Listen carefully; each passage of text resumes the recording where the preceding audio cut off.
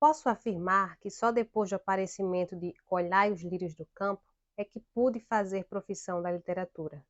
Érico Veríssimo. Olá, eu sou Naide do Leia Mais e hoje vamos falar sobre Olhai os Lírios do Campo.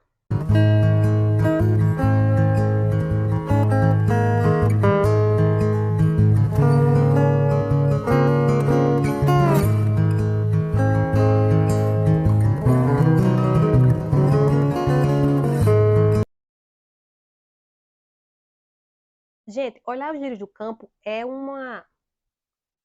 livro belíssimo, tá? É uma proposta assim maravilhosa que na época foi um sucesso estrondoso. O Veríssimo disse que não entendia por que ele fez tanto sucesso, mas quando você lê esse livro, você vai entendendo.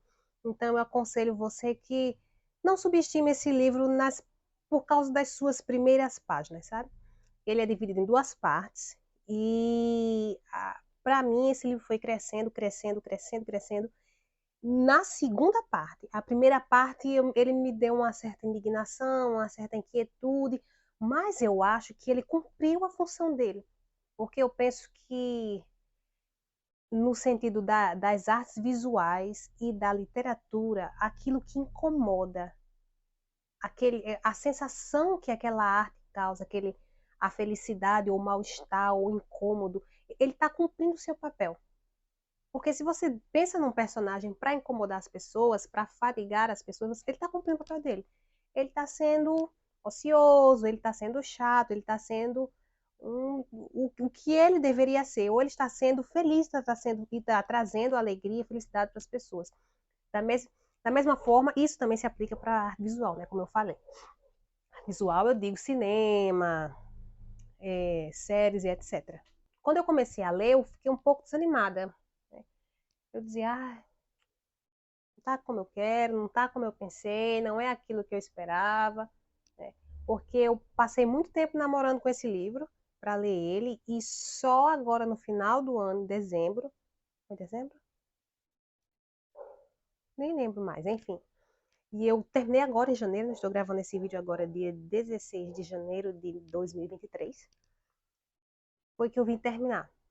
E assim, o começo dele, bom, o começo dele foi assim, foi como eu disse, eu fui empurrando, não tive muito ânimo para ler, toda essa primeira parte, mas na segunda parte esse livro cresceu tanto, mas cresceu tanto que dá para entender o porquê do sucesso desse livro no período que ele foi lançado. Então, eu pensei que ele fosse ser um livro bem assim, no estilo prosa poética, por causa do título, né, que olhai para os lírios do campo é bem poético, né? Sobretudo é uma passagem bíblica, né, quando o Senhor fala num dos seus sermões que olhai para os lírios do campo, nem Salomão em toda a sua magnitude se vestiu como um deles, né?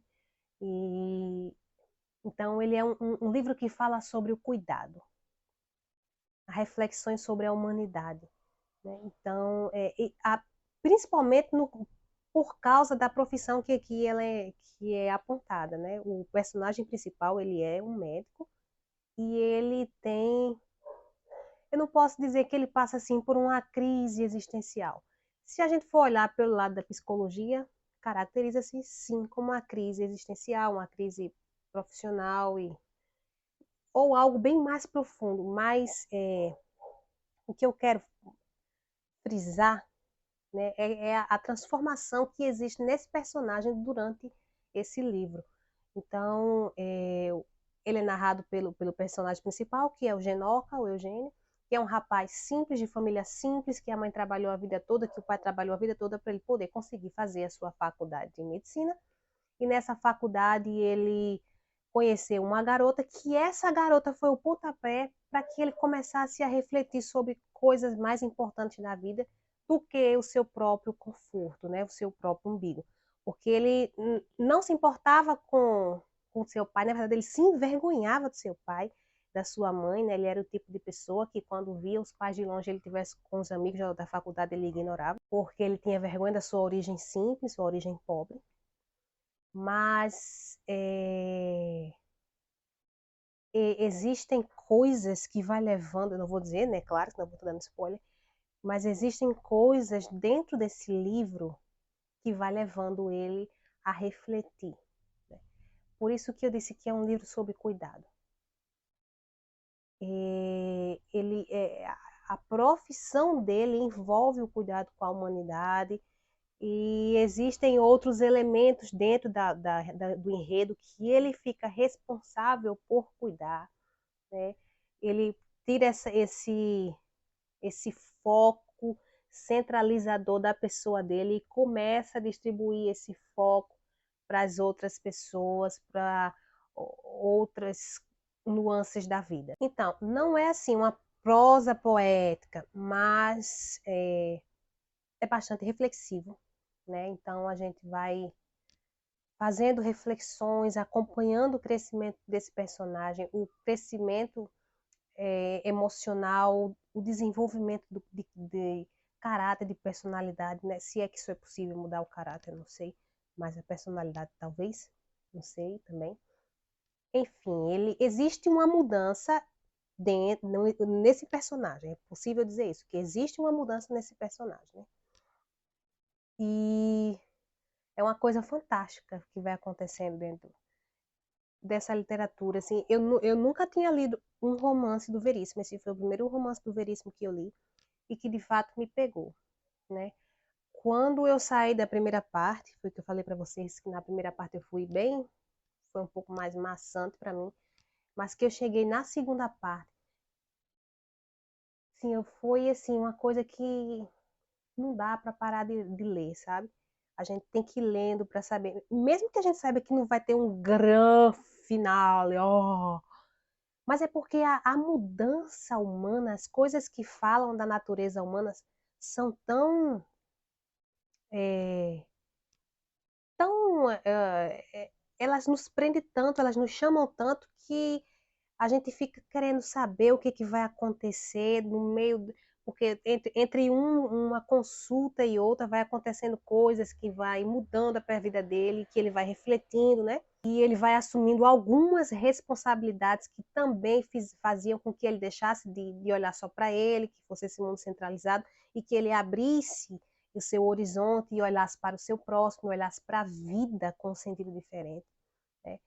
Claro que tem algumas coisas que ficam sem resposta, porque é como a vida não tem resposta para tudo.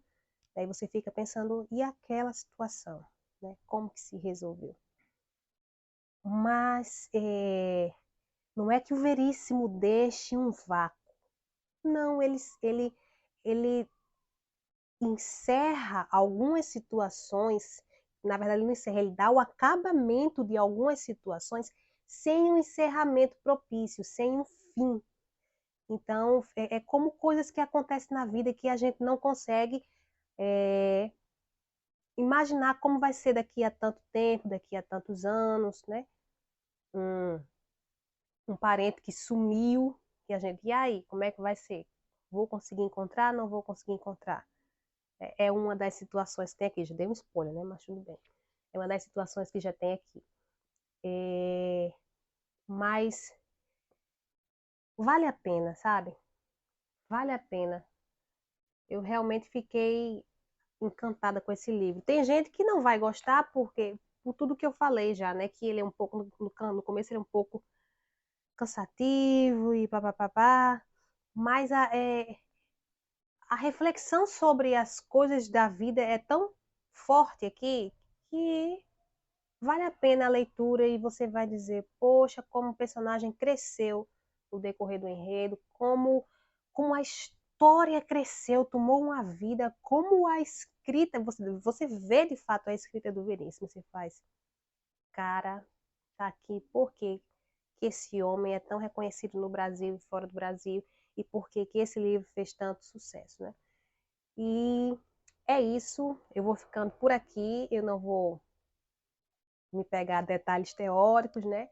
É mais a gente vem aqui ver mais, comenta mais sobre as questões dos enredos e essas coisas assim, mas se vocês quiserem algum detalhe mais teórico sobre alguma obra, sobre alguma teoria, é só mandar recadinho aqui que a gente começa a fazer essas coisas, né? Vamos ver o que a gente pode dinamizar nesse canal e fazer com mais frequência vídeos e etc. Tchau, tchau, até a próxima!